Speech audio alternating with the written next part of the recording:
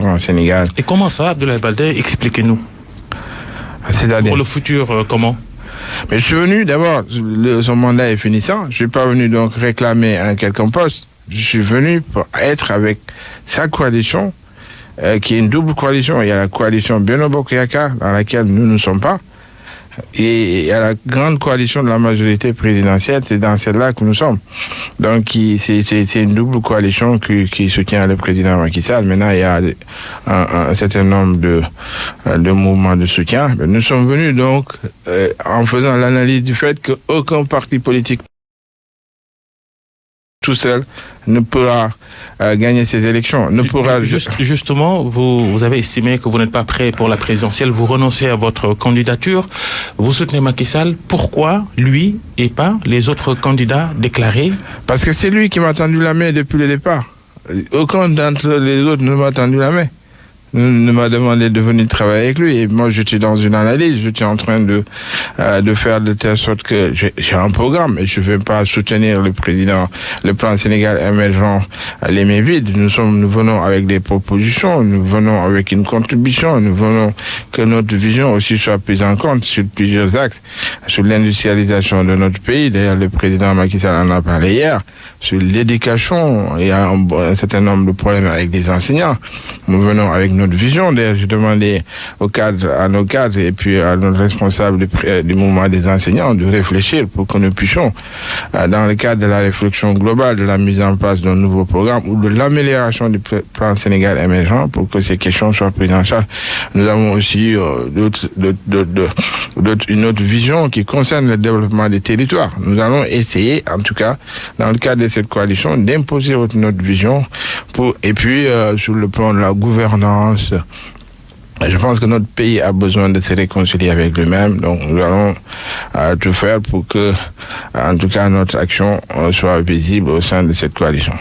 Dans votre parti, en tout cas, on a vu des désapprobations de la part de militants. Sur les réseaux sociaux aussi, nos auditeurs ont réagi et ne comprennent pas votre décision. Est-ce que vous ne pensez pas perdre en sympathie auprès de l'opinion, auprès des électeurs, avec votre décision d'aller en coalition avec Macky Sall pour la présidentielle? Ouais, mais vous savez que en politique, il faut toujours savoir prendre des décisions. J'ai pris une décision qui va pas plaire à tout le monde. Je suis dans un sens comme dans l'autre. C'est comme quand je m'étais présenté, j'ai perdu des militants. Quand je me suis retiré, j'en perds, mais j'en retrouve aussi. Il y en a beaucoup d'autres qui sont en train de revenir. C'est toujours comme ça. Il y a des gens qui désapprouvent et d'autres qui approuvent. Mais c'est l'addition de tout ça. Mais quand je fais l'addition de ceux qui prétendent pour aller ou gérer leurs activités en attendant de voir. Ouais, je pense que quand nous faisons l'addition, ceux qui sont restés et ceux qui sont revenus, il y a des figures que je n'avais pas vues depuis des années et qui sont revenus. Il y en a d'autres qui nous avaient quittés et qui m'ont appelé pour nous dire qu'ils revenaient dans le parti. Donc je pense que l'un dans l'autre, si nous faisons l'addition. Maintenant, bon, la sympathie auprès des Sénégalais, bon, je pense que j'ai une sympathie personnelle. Maintenant, ceux qui pensent que j'ai pris une décision qui n'est... Vous savez, quand je me suis engagé en politique, je voulais pas faire de l'opposition crypto personnelle. Moi, je suis pas venu pour combattre tel ou Madema ou Massemba, je suis venu pour construire un Sénégal. Avec des hommes et des femmes. Maintenant, celui qui peut être à la tête aujourd'hui s'appelle Macky Sall. Nous avons un ensemble de visions communes, mais aussi nous avons des divergences. Et ça, c'est pour tous les hommes politiques ont des visions communes et des divergences. Bon, nous allons essayer d'aplanir tout ça, de faire abstraction du passé, et puis changer de direction. Je pense qu'il y a un grand penseur espagnol qui disait, c'était quand on marche vers son destin, quelquefois il est obligé de changer de direction. Et donc j'ai changé de direction, une nouvelle direction. Nelson Mandela, s'il n'avait pas négocié avec ses bourreaux, s'il n'avait pas accepté de négocier ses bourreaux, il aurait peut-être, en tout cas, été mourir en prison. Il a accepté de parler avec ses bourreaux. Est-ce que c'est parce que vous avez un dossier pendant devant la justice que vous décidez de rallier Macky Sall pour obtenir des dividendes qui vont dans le sens de vous blanchir? Votre dossier à la Cour de répression de l'enrichissement illicite d'ailleurs. Oh, mais ça, je pense que ceux qui pensent comme ça, c'est avoir vraiment une pensée. Au plus fort de l'actualité judiciaire, en fait, de mon dossier. Vous savez, beaucoup de personnes, quand même, ça m'a pas empêché d'assister à toutes les élections en tant qu'opposant. Si j'avais vraiment des craintes par rapport à mon dossier, je pense que je ne me serais pas représenté seul pour la mairie des élections. La procédure n'est pas encore arrivée à son Oui, terme. je termine. Avec votre ralliement, je termine. est-ce Non, que vous pensez que ça n'a rien à voir. Vous serez inquiété un jour? Ça n'a rien, ça n'a rien à voir. Mon ralliement n'a rien à voir avec mon judiciaire. J'ai fait comme ma conscience me le dictait depuis le départ. Je suis pas quelqu'un qui abdique. Je suis pas quelqu'un aussi qui va négocier pour essayer de se faire blanchir. J'ai toujours clamé mon innocence. La Cour de répression de l'enrichissement illicite est partie partout. Ils ont fait des commissions régulatoires, ils n'ont rien trouvé. Mon dossier depuis plus de 2 ans, il ne bouge pas. J'ai fini toutes les étapes. J'ai été interrogé par la police, par le procureur spécial, par la commission d'instruction. Votre placement sous contrôle judiciaire levé depuis plus d'1 an? Oui, mon contrôle judiciaire est levé depuis plus d'1 an. Par conséquent, le dossier est là-bas, parce que les gens n'ont rien trouvé sur moi, s'ils l'avaient trouvé. Et si c'est ça qui devait faire que je renonce à je n'allais pas être candidat pour les anciennes élections. Je me suis quand même présenté contre eux. Mais là, il ne s'agit pas de ça. Il s'agissait de l'avenir de mon parti. Il s'agissait de l'avenir de ma carrière politique. Il fallait que je prenne une décision. Et cette décision est une décision qui n'est pas une décision qui est basée sur du matériel ou sur les communes politiciennes, mais elle est basée sur la réalité, sur la réflexion profonde. J'ai pris des conseils, des personnalités et des personnes insoupçonnées sont venues me voir pour me conseiller pour mon avenir politique. Aussi, j'ai une région fragile. Je suis originaire d'une région qui a besoin de se développer. La Casamance, on en parle, mais je ne peux pas toujours... Restons sur votre dossier devant la justice, votre dossier à la Cour de répression de l'enrichissement illicite. Tellement vous étiez proche de Karim Wade, avec tout ce que on lui a reproché, la justice l'a condamné à 6 ans de prison ferme, plus 138 milliards de francs CFA d'amende. On se demande comment Karim Wade peut se retrouver dans cette situation, et vous, son collaborateur le plus proche à l'époque, blanc comme neige. Vous savez que Karim Wade n'a pas été condamné dans le cadre de l'ANOCI. Moi, j'étais son collaborateur dans le cadre de l'ANOCI. Bien sûr. Il a été condamné. Moi-même, je suis poursuivi, non pas parce que on a mal géré l'ANOCI. L'ANOCI a été audité. On ne nous a pas tout reproché une seule faute de gestion. Karim Wade n'a pas été poursuivi pour détournement de deniers publics. Il n'a pas été pour enrichissement illicite. Voilà, et qui sur plusieurs faits, sur des éléments qui sont extérieurs à moi. Là, si vous regardez son procès, il y a eu d'abord des gens qui sont supposés, moi, même s'ils sont posés, il y a toutes choses à dire. Il y a des gens qui étaient supposés être ses complices. Il y en a d'autres qui étaient des témoins. Il y en avait 99, je n'avais pas été cité. Ça veut dire que quand même, la justice, j'étais incriminé, mais j'avais pas été cité non plus comme témoin, ni comme complice du dossier de Karim Wade. Donc, ça veut dire que la responsabilité pénale, elle est individuelle. C'est pas parce que c'est mon ami que ce qu'on lui reproche, on me le reprocherait. Votre ami, si vous faites un délit, vous commettez un délit, c'est pas parce que c'est votre ami que par ricochet, il doit être poursuivi. Moi, j'ai un dossier personnel, il a son dossier personnel. Même si on a tous à redire sur les procédures de la CRI que tout le monde a condamné, moi, je suis tout à fait solidaire avec ce qu'il est en train. Si la justice a cherché à savoir, c'est parce que justement vous étiez proche. Voilà, ils ont pensé que nos dossiers étaient similaires. Alors ils se sont rendus compte, d'ailleurs la preuve, lui, combien de milliards il avait reproché. Quand j'ai un ami là, et quand on m'a dit que toi, au moins on me reprochait 5 milliards, et alors que l'autre c'était, je sais pas combien de milliers, des centaines de milliards. Il m'a dit, mais mon ami, moi je pensais que tu étais beaucoup plus riche que ça. On te repose que 5 milliards. Alors que ces 5 milliards dont on a supposé me reprocher, ils sont allés faire des racolages, une société qui appartenait et qui appartient à un de mes cousins, ils ont voulu me l'attribuer. La pharmacie de ma femme, qui avait une activité tout à fait différente de moi depuis avant notre mariage, et ils ont compilé ces dettes au niveau des banques en disant que c'était aussi mon patrimoine.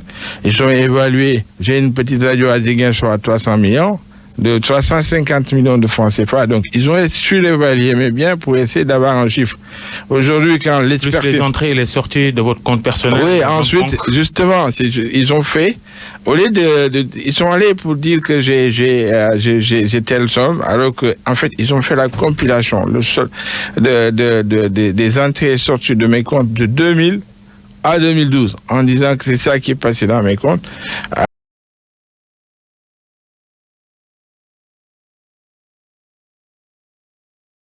Alors qu'il n'y avait aucun fonds. C'était quoi vos différentes rémunérations, salaires, entre autres? D'abord, ils ont dit d'abord que c'était ça ne mon salaire. J'avais mon salaire de commissaire de police d'abord. Ensuite, je suis devenu inspecteur général d'État. Donc, je suis devenu secrétaire général de la présidence. J'étais directeur exécutif de l'ANOCI. J'ai assumé des fonctions de ministre de souveraineté. J'étais aussi ministre de l'Industrie et des Mines. J'étais président de plusieurs conseils d'administration. Je faisais des voyages à l'étranger. Et j'avais aussi une maison que je possède, que j'ai bâtie à la Fière de mes fonds, que j'ai acquis quand j'étais commissaire de police. J'ai acquis cette maison quand j'étais commissaire de police. C'était d'ailleurs maître Nafissatou qui était ma notaire. Et donc, j'ai fait un prêt. J'ai conçu cette maison, après je l'ai mise en location. C'est là aussi elle m'a rapporté. Et quand on a fait la compilation de tout ce que j'ai gagné de façon licite, parce que gagner de façon licite, ça ne veut pas dire que c'est son seul salaire. Moi, j'avais un salaire, j'avais des indemnités. Donc tout ça, quand on a fait la compilation, on s'est rendu compte que c'était au-delà même de ce qu'il pouvait penser. D'ailleurs, on a arrondi. Quand l'inspection générale d'État a fait son rapport sur l'ANOCI. Parce que le conseil d'administration de l'ANOCI nous avait autorisé à utiliser des cartes bancaires pour aller au niveau de l'étranger, qui ont voyagé et puis venir après. Alors moi, j'avais rendu ma carte. J'avais pas voulu l'utiliser en disant que moi, je suis d'abord doctorat en finances publiques. Quand on est un ordonnateur ou un administrateur de crédit, on peut pas être en même temps être comptable. Si moi je prenais cette carte et que j'allais... Vous étiez pourtant le directeur exécutif. Voilà, donc j'ai refusé de prendre cette carte-là. Bon, après, vous avez vu les rapports. Quand c'est sorti, je pense que j'ai été félicité par rapport à ça, parce que chaque fois que je partais, je revenais moi avec mes factures, j'allais au niveau de la comptabilité, je dis voilà mes factures, vous m'en remboursez mes frais. Vous n'étiez pas au courant des activités de Karim Wade, de tout ce que la justice lui reproche, de s'être enrichi illicitement. Vous étiez proche de lui et vous n'étiez pas au courant de ces activités-là qui l'ont poussé à faire face à la justice, à avoir tous ces déboires. Non, je n'étais au courant de rien du tout. Bon, même les personnes qui, en dehors de chez Diallo, toutes les autres personnes, je ne les connaissais pas. Je ne les avais jamais vues ni d'Adandef. Donc on avait... et puis, Karim s'est défendu en disant qu'on l'a accusé de façon arbitraire. Donc je pense que lui-même, il connaît son dossier. Mais moi, est-ce que vous êtes d'accord avec la décision? Vous êtes d'accord ou pas avec la décision de la CREI de condamner Karim Wade pour enrichissement illicite, de lui infliger des amendes de 138 milliards de francs CFA? Vous pensez que c'est une décision juste? C'est une décision injuste. Je vous ai dit que moi, je combattais toujours la CREI parce que ce n'est pas une juridiction normale. Sur les faits, les faits ne sont pas avérés parce que quand on doit faire une investigation, en fait, dans un procès équitable, c'est l'accusation qui amène la preuve de son accusation. On ne renverse pas la charge de la preuve. C'est pour ça qu'on n'arrive pas à appliquer ces décisions-là au niveau international. Parce que d'abord, les procédures, vous savez, dans un procès pénal, il y a d'abord les faits, c'est-à-dire en fait la condamnation. C'est pour ça qu'on a toujours un code pénal et un code de procédure pénale. Le code pénal, il sanctionne l'infraction. C'est-à-dire l'infraction, pour qu'elle soit effective, il faut d'abord qu'il y ait l'élément matériel, c'est-à-dire que l'acte qui est posé, et l'élément moral qui est l'intention de commettre cet acte, mais aussi l'élément légal, c'est-à-dire une loi qui réprime. Maintenant, à côté de ça, il y a la procédure pénale. C'est celle-là qui réglemente les délais, les droits de la défense. Mais en dehors du fait qu'ils n'ont pas pu prouver l'effectivité de l'infraction, mais aussi il y a une série de violations des règles de la procédure, des droits de la défense qui ont fait que... Dans le fond, quelle est votre conviction que Karim Wade ne s'est pas enrichi illicitement à l'échelle décrite par la CREI? En tout cas, je peux pas me prononcer sur cette question, mais ce que je peux vous dire, c'est que les accusations qui sont portées sur lui, sont des accusations fallacieuses et qui ne reposent pas sur des fondements qui sont, en tout cas, c'est des faits qui sont avérés. Karim Wade, il va peut-être quand il vous voit à côté de Macky Sall aujourd'hui, il va se sentir trahi par celui qui a été son compagnon. Aujourd'hui, ses déboires, son exil, cette menace sur lui, un retour en prison s'il rentre au Sénégal. Au même moment, vous décidez de rallier son bourreau, entre guillemets, Macky Sall. Mais c'était notre bourreau à nous tous. Moi j'étais condamné, mais dans la politique, je vous ai dit qu'il faut faire preuve de dépassement. Et puis Karim Wade, on a pour l'intérêt du Sénégal, je fais un preuve de dépassement. J'ai oublié ce qui s'est passé dans ces dernières années. Je vous ai parlé du cas de Nelson Mandela, qui a parlé avec ses bourreaux, et puis après, ce qui a permis aujourd'hui à l'Afrique du Sud de dépasser cette situation et d'être une république réconciliée. Bien entendu, je n'ai pas l'impression que j'ai trahi qui que ce soit. Karim Wade ne sont plus dans le même parti politique depuis 2012. Il est au PDS, je suis dans le mien. Il a sa trajectoire politique, j'ai la mienne. Donc je suis en train de la conduire dans l'intérêt de mon parti et en faisant valoir ma vision. Et ce commentaire de Macky Sall, votre nouvel allié, que si Karim Wade rentre, qu'il ne paie pas les amendes, il retourne en prison? Je suis pas Macky Sall, moi je suis Abdoulaye Baldé. Donc qu'est-ce que vous en pensez? Je sais pas, bon, ce que je pense, je vous ai dit tout à l'heure mon sentiment sur ce qu'était la CRI et que en tant que juriste, en tant que démocrate, en tant qu'une personne qui imbue des valeurs de démocratie, et je pense que je vous ai donné mon sentiment sur cette question.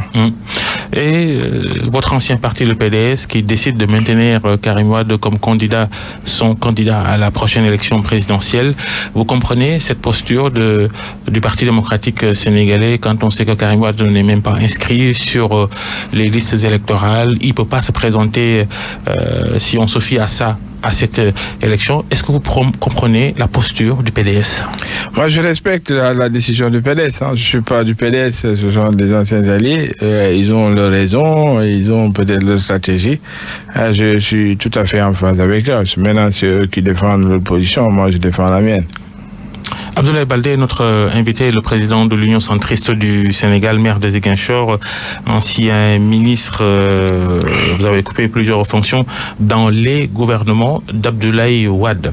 Aujourd'hui, Macky Sall, que vous rejoignez, il est beaucoup critiqué, justement, sur la gestion des finances publiques, sur la justice. D'abord, vous êtes docteur vous dites tout à l'heure, en finances publiques. Justement, la tenue des finances publiques sénégalaises avec ces tensions et ces blocages sur le budget du fait de subventions que l'État décide pour atténuer les prix des produits pétroliers, notamment les carburants. Vous pensez que c'était une bonne décision de subventionner et de créer en même temps des tensions? Oui, je pense que bon, vous savez que quand on gère un pays, c'est-à-dire que quand on est dans l'action, on commet toujours il y a toujours des effets collatéraux. C'est quand on ne fait rien qu'on ne repose rien. C'est pour ça que certains hommes politiques qui n'ont jamais rien géré se déclarent comme étant des crimes. Parce que quand on n'a jamais rien fait, on ne peut pas vous reprocher quoi que ce soit. Mais quand on est dans une situation de gestion, moi j'ai exercé au plus haut sommet de l'État, quelquefois les pressions que peuvent subir les hommes politiques au plus haut niveau, qui peuvent les prendre peut-être les pousser à prendre des décisions qui sont des décisions inappropriées ou qui sont des décisions qui peuvent avoir des conséquences. Mais je pense que le ministre des Finances a pu quand même mesurer l'ensemble des conséquences que cette décision peut avoir. Et en plus, nous sommes sous encadrement de l'FMI, du FMI. Je considère que tous les éléments en plein macro et microéconomiques ont pu être pris en compte. Même si c'est vrai qu'il faut qu'on constate que ce qui se passe actuellement est plus ou moins préoccupant. Mais encore une fois, moi, je suis pas venu ici pour défendre le bilan du gouvernement en place parce que je suis ni ministre ni membre de ce gouvernement. Je suis venu pour un combat bien déterminé, c'est-à-dire pour participer à la réélection du candidat Macky Sall, de manière à pouvoir, en tout cas à partir de 2019, entrer, peut-être faire partie de l'équipe dirigeante, ce qui nous permettrait, en tout cas... C'est quoi le deal avec Macky Sall, si vous le soutenez, qu'il rempile, qu'il vous donne qui vous place à de hautes fonctions dans la gestion des affaires publiques, c'est ça? Non, on peut pas parler. Il n'y a pas de deal. Je suis venu pour... Ah non, mais quand vous allez rejoindre quelqu'un pour le soutenir, au moins vous entendez sur quelque chose. Mais nous entendons pour gérer le Sénégal. Moi, je suis pas quelqu'un qui va entrer dans les détails des deals ou je suis pas un dealer. Je suis dans on va mettre des guillemets, deal entre guillemets. Voilà. Donc, je suis venu pour participer à la construction du Sénégal et apporter mon expertise, apporter mon expérience, parce que quand même, de tous ceux qui aujourd'hui sont sur le champ politique de façon active, je vois pas quelqu'un qui a plus d'expérience que moi dans la gestion des affaires de l'État, dans l'exercice des fonctions ministérielles, mais aussi je suis un élu local. Donc par conséquent, et puis sur le plan académique aussi, je pense que j'ai beaucoup de choses à prévaloir. Par conséquent, je considère que tous les autres aspects que les gens évoquent sont pour moi des aspects secondaires. Moi, je suis venu pour le futur. Je suis pas venu ici pour défendre un bilan. Je considère que je ne peux pas aller aux élections dans les conditions que je vous ai décrites tout à l'heure. Je vais essayer de différer. Je n'ai pas renoncé à mes ambitions présidentielles. Je veux être président du Sénégal. Je vais différer de 5 ans et puis d'ici là, essayer de bâtir un parti fort, essayer de bâtir une coalition forte de manière à pouvoir appliquer carrément mon programme parce que j'ai une vision pour le développement de notre pays. Bon, de façon parcellaire, je vais essayer, si Dieu nous donne la victoire avec le président Macky Sall, c'est ce que je souhaite, de distiller la plupart de mes idées pour qu'elles soient prises en compte en attendant de les appliquer en grande nature à partir de 2024. Est-ce que votre alliance avec Macky Sall n'est-elle pas aussi un tout petit peu familiale? Vous êtes parents par alliance avec le président de la République. Est-ce que vous avez reçu aussi des pressions de vos familles?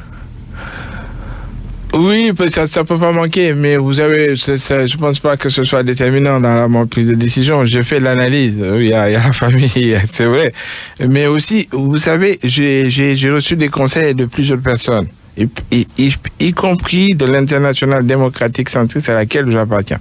Je viens de rentrer au Cap-Vert pour au Cap-Vert de l'Internationale. Voilà, et où une haute position devait me mettre à Tubier, mais malheureusement, ça a été reporté pour les questions sénégalo-sénégalaises.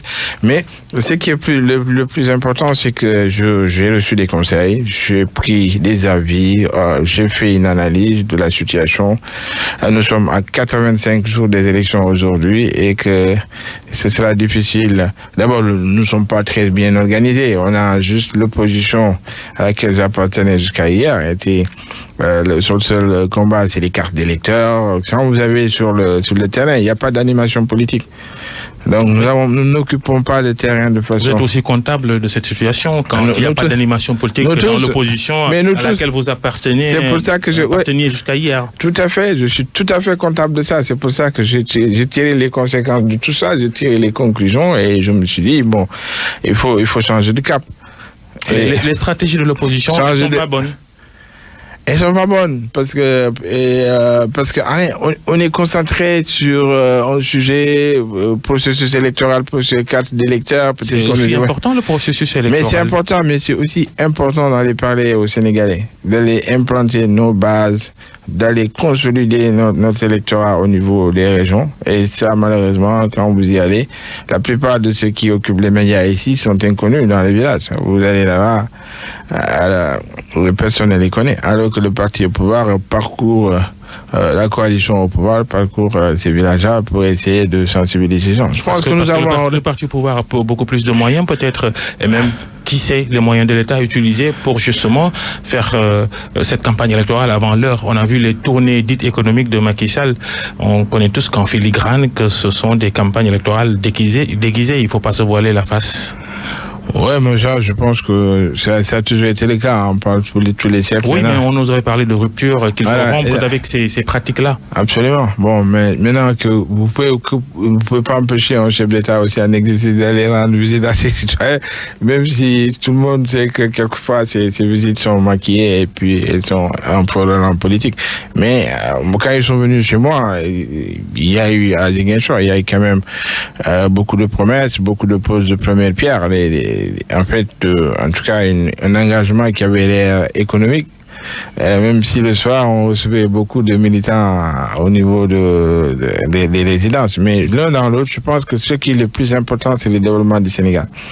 Moi, mon engagement politique, d'abord, je voulais être utile à ma ville. C'était d'abord parce que quand je me suis engagé, j'avais pas d'ambition présidentielle. Ensuite, à ma région, et ensuite, de plus en plus, quand j'ai créé mon parti politique, je voulais être utile à mon pays, le Sénégal. Et cela, je ne vais pas renoncer à cela, parce que je vais quand même renoncer à des hautes fonctions dans l'administration. Je suis inspecteur général d'État. Je suis le premier inspecteur général d'État à avoir mis entre parenthèses sa carrière d'inspecteur général d'État pour aller faire de la politique. Je me suis mis en retraite anticipée pour pouvoir faire de la politique. Je ne vais pas faire tous ces sacrifices et après pour aller faire du jusqu'au-boutisme, pour ne pas avoir la réalité en face, pour ne pas être au service de mon pays d'une manière ou d'une autre. Donc chacun a son analyse propre de la situation. Moi, je suis un homme politique, je suis un centriste. Le centrisme, d'abord, c'est le refus des extrêmes. C'est aussi l'équilibre, c'est la gouvernance à partir des réels. Vous prenez pour les modérés ? Voilà, pour les modérés, mais aussi des gens qui sont réalistes, qui gouvernent à partir du réel. C'est des gens qui font des analyses et puis qui essaient de tirer des conclusions à partir de ça. Mais nous sommes aussi pour le développement des territoires, pour l'équilibre dans la distribution des revenus et les gestions. La mairie de Ziguinchor que vous dirigez depuis 9 ans, on va peut-être en reparler tout à l'heure. Vous niez qu'il y a un deal avec Macky Sall. C'est quand même assez anecdotique d'aller en alliance avec un président sortant et de ne pas s'entendre sur les schémas à faire après une éventuelle victoire. Mais quand même, vous avez votre vision. Est-ce que vous pensez que Macky Sall, pourquoi vous ne le faites pas? Vous n'additionnez pas quelques aspects de votre vision dans le programme qu'il va proposer aux Sénégalais? Ah, tout à fait. Moi, je suis pas venu pour appliquer de façon, je veux pas être méchant, mais de façon tout à fait aveugle un programme. Je suis venu aussi pour apporter un input. Il y a beaucoup de choses ils ont fait beaucoup de choses. Il y a aussi des choses qui sont peut-être reprochables, qu'on peut le reprocher, qui sont moins bonnes, dans le cadre de la gestion, de la gouvernance, dans le cadre, mais aussi de la gestion de la justice. Moi, je pense que ce pays a besoin d'être apaisé. Nous n'avons pas besoin de dresser les Sénégalais les uns contre les autres. On dit que Macky Sall a beaucoup péché sur le plan de la justice. Les dossiers transmis aux tribunaux, dossiers d'opposants, puisque lui, c'est le chef de l'État, c'est le patron du ministre de la Justice, qui est le patron des procureurs. Il transmet, par exemple, les dossiers de Karim Wade et de Khalifa Sall au procureur. On connaît la suite. S'il y a un point noir, ou l'un des points noirs de la gouvernance Macky Sall, c'est peut-être bien la justice. Oui, il y a la justice, mais il y a aussi l'absence de dialogue avec l'opposition. Il y a tout cela. Je pense que la justice, nous l'avons dit. Moi, je suis pas venu pour faire pour faire l'éloge de ce qui s'est passé. La justice, tout le monde constate qu'il y a eu des errements. Je pense qu'on a mis le Sénégal sous tension pendant 2 ans, ce qui a retardé le démarrage du plan Sénégal émergent. Si vous voyez, c'est à partir de l'apaisement, quand Karim Wade a été amnistié, que les choses ont commencé quand même à bouger. Donc, il faut pas nier qu'il y a eu des réalisations qui sont faites et qui sont en train d'être faites. Maintenant, après est venu le cas malheureux de Khalifa Sall. Moi, je considère qu'il faut qu'on réconcilie les Sénégalais avec eux-mêmes, avec la classe politique. C'est pas parce qu'on a géré qu'on est malhonnête. Il y a des hommes qui sont honnêtes et qui ont géré et qui ont servi loyalement leur pays. Je pense que cela, on ne peut pas opposer les uns aux autres. C'est pour ça qu'il faut faire attention pour les prochaines élections. Injustice dans l'affaire Khalifa Sall, pour vous?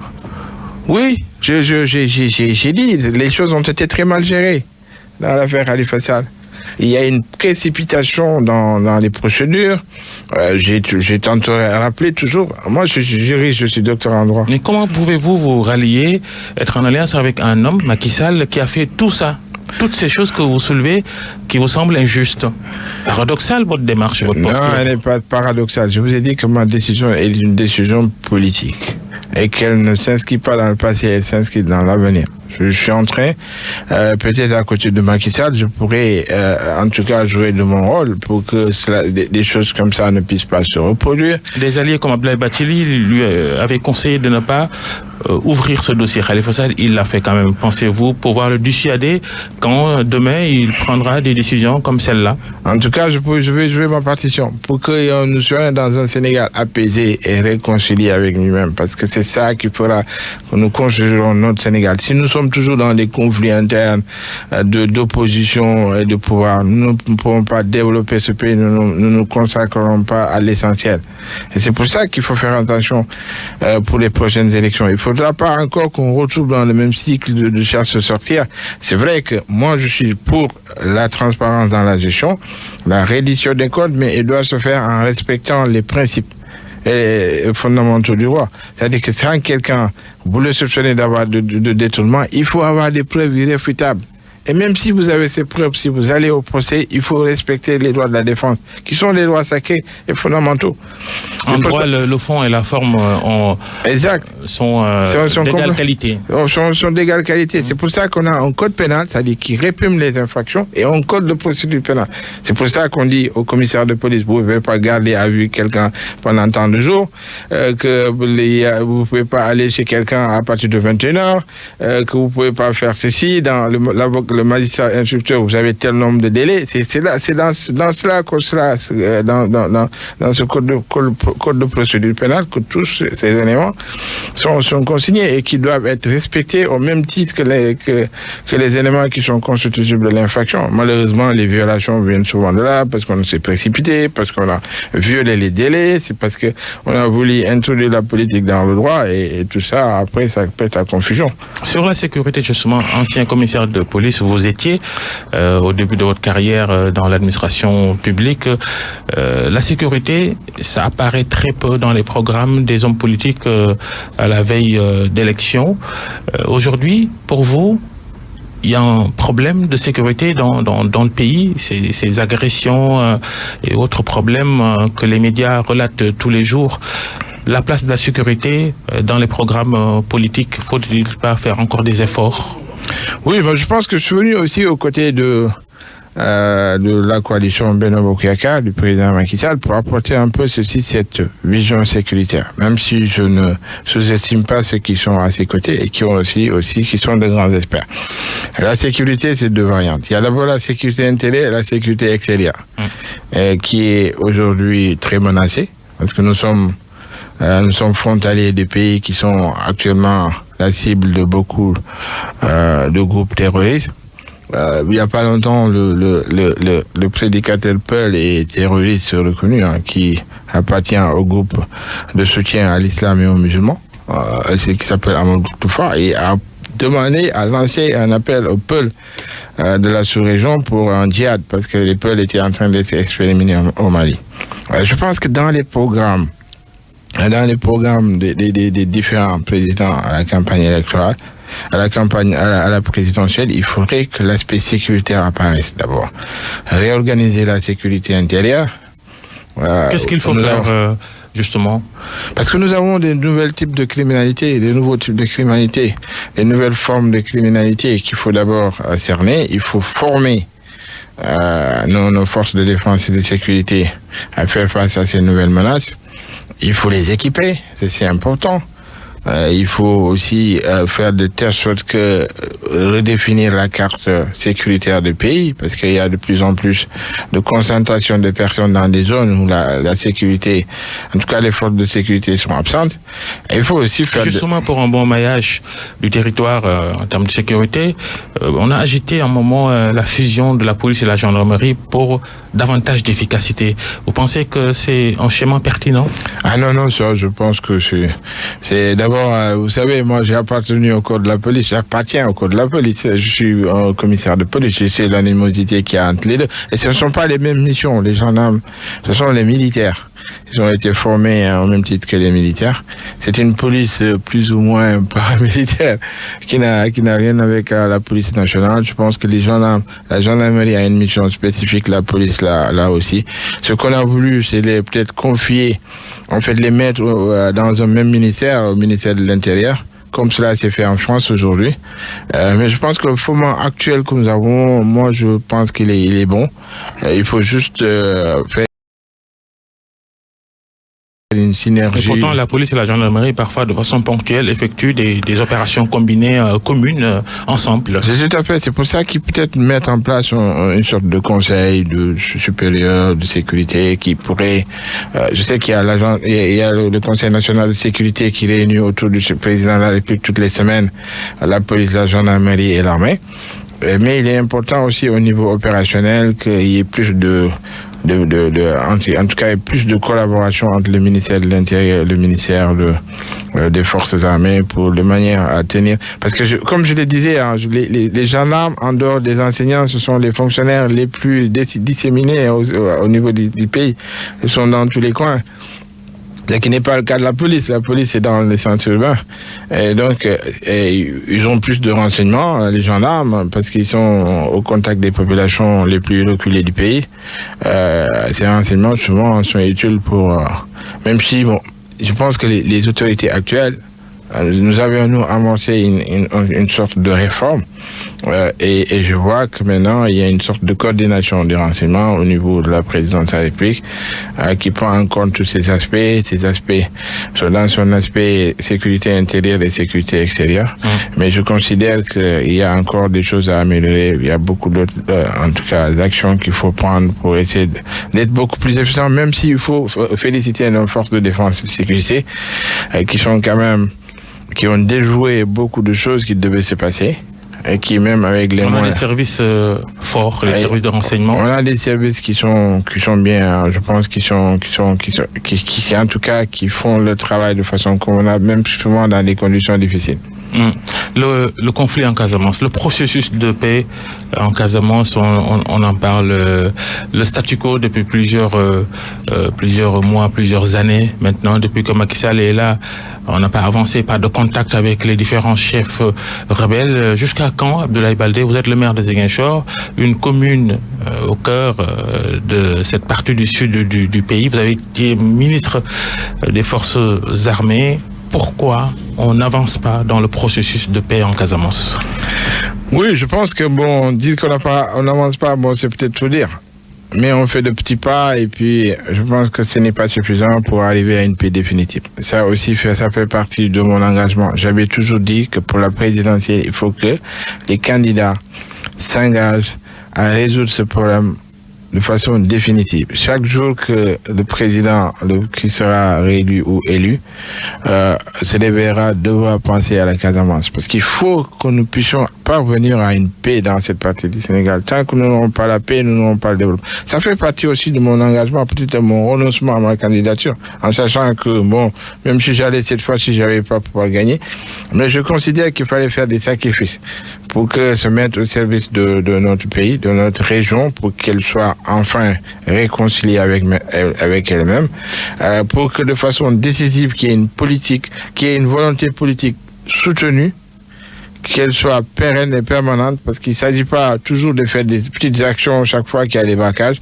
mais il faut une véritable politique pour aller parler aux chefs rebelles. La plus grosse difficulté, justement, les chefs rebelles qui ne s'entendent pas, chacun son entité, Saleh Sadio ici, César Atoute Badiat là-bas, et bien d'autres chefs d'ailleurs, et voilà, ça va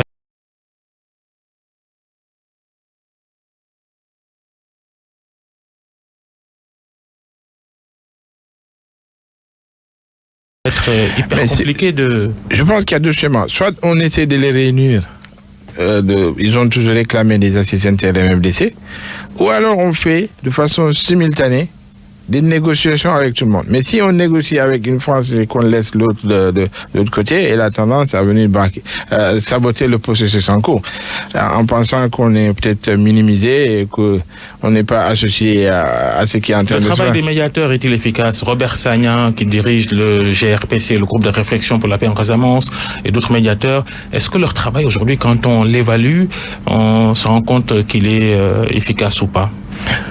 Oui, je pense que d'abord il y a le comité ad hoc qui est dirigé depuis la présidence de la République, qui fait un travail en sourdine. Il y a le GRPC de Robert Sagna, et puis il y a aussi Santé Julio qui intervient un peu en parlant avec une partie du MFDC, et que l'autre s'est senti plus ou moins. Ouais. Mais il faut dire que depuis les derniers bombardements, qui sont consécutifs aux actions qui se sont menées au niveau de la forêt de Bofa-Bayotte, il faut dire que le dialogue a été rompu entre les franges, une bonne frange et que ces médiateurs supposés n'arrivent pas à entrer en contact avec ces personnes.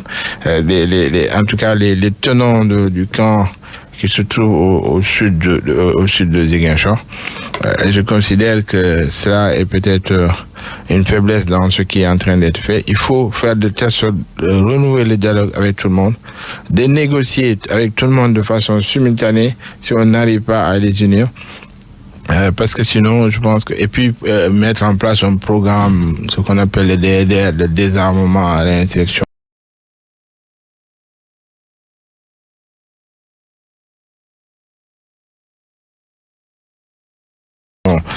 Et le désarmement